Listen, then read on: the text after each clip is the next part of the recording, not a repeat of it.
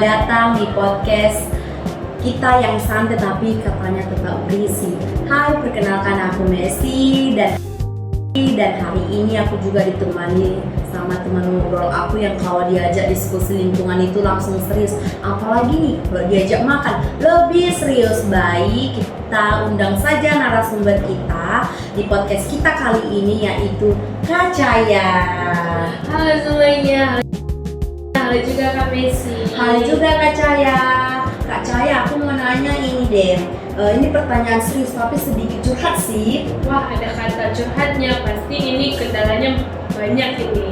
Iya Kak, serius. Kakak ngerasa nggak sih akhir-akhir ini di Medan itu hujannya deras?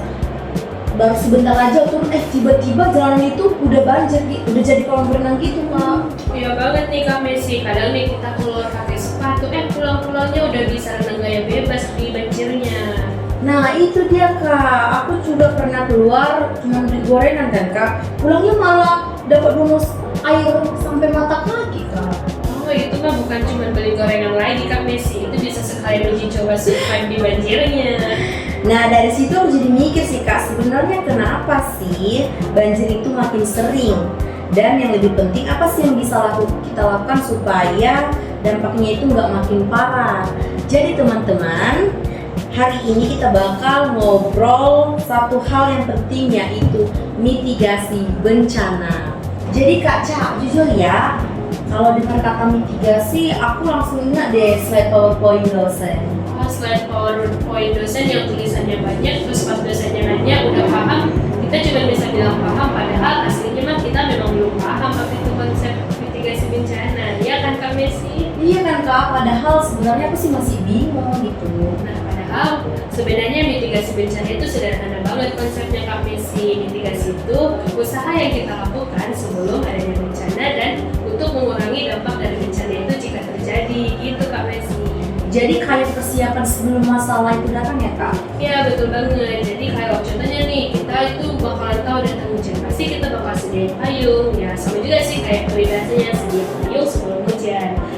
Jadi sama juga kayak di konteks bencana, kita itu harus sudah siap sebelum terjadinya bencana itu datang. Oh, aku jadi ingat deh Kak kejadian di dekat rumahku. Jadi ceritanya itu waktu itu kan hujan sampai malam hari. Besok paginya aku lihat jalan rumah depanku itu kayak danau mini gitu. Jadi kayak dana-danakan ya Kak Messi. Iya Kak, benar banget. Bahkan ada anak kecil yang kayak main kapal-kapalan sih. Nah dari cerita Kak Messi itu udah sering banget nih terjadi di masa sekarang. Kadang nih kita pikir banjir itu cuma karena hujan deras, padahal ada loh banjir itu terjadi padahal hujannya masih bentar banget. Jadi sebenarnya banjir itu banyak faktor-faktor lainnya. Berarti hujan kadang cuma jadi tersangka utama ya Kak? Ya kalau bahasa kininya itu kayak hujan itu sering dijadiin kambing hitam gitu. Ya kasihan juga ya Kak hujannya, selain terus. Iya Kak Messi. Kalau kita di Sumatera Utara sendiri, bencana apa sih Kak yang paling sering terjadi menurut Kakak?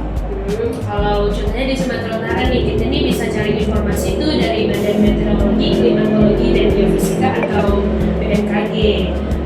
Bencana yang sering terjadi di Sumatera Utara itu ada banjir, longsor, dan juga gempa bumi. Contohnya nih aku ambil di kota kita sekarang nih, kota Medan. Nah, pada saat hujan itu sangat deras, beberapa wilayah di Medan itu sangat mudah yang namanya tergenang. Kemudian kalau contohnya untuk longsor sendiri itu kayak di Kabupaten Karo gitu Kak Messi, apalagi pada saat musim hujan itu pasti rawan banget longsor di sana.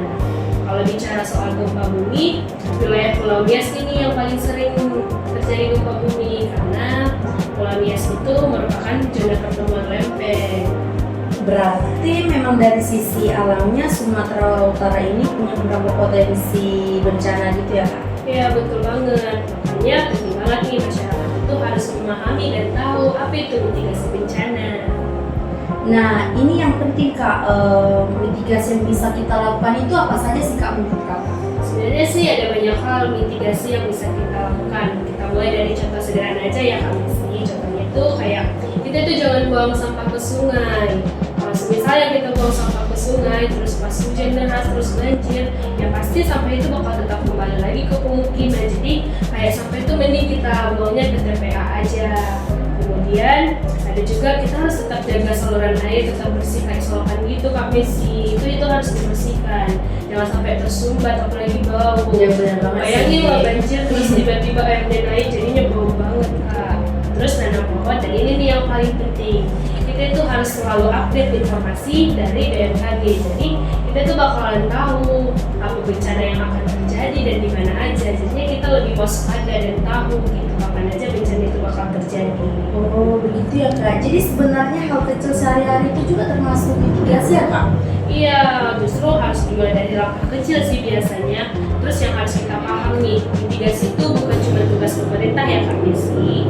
Kalau contohnya nih, masyarakat itu masih tetap yang namanya buang sampah sembarangan, walaupun pemerintahnya udah ketat banget ngejaga peraturan, ya tetap aja bencana banjir itu bakalan tetap susah buat dihindari. Oh jujur ya Kak, kadang kita juga komplain tentang banjir, tapi kita juga yang buang sampah sembarangan seringkali ya Kak? Iya, betul banget Kak Messi. Jadi dari obrolan kita hari ini, jadi aku sadar satu hal sih Kak, kalau ternyata mitigasi bencana itu bukan hal yang sangat rumit. Betul, mitigasi itu sederhana banget, apalagi kalau kita nih udah punya kesadaran diri bagaimana kita bisa jaga lingkungan, dan pasti kita bakalan bisa siap menghadapi yang namanya bencana alam. Wow, ini materi yang sangat menginspirasi banget sih dari Kak Cahaya. Jadi nih teman-teman, aku mau kasih satu pertanyaan buat teman-teman yang lagi dengar. Kalau suatu hari ini terjadi bencana di daerah kalian, apakah kalian sudah harus melakukan apa saja, dan lebih penting, apakah kita sudah bisa menjaga lingkungan supaya risiko bencana bisa berkurang?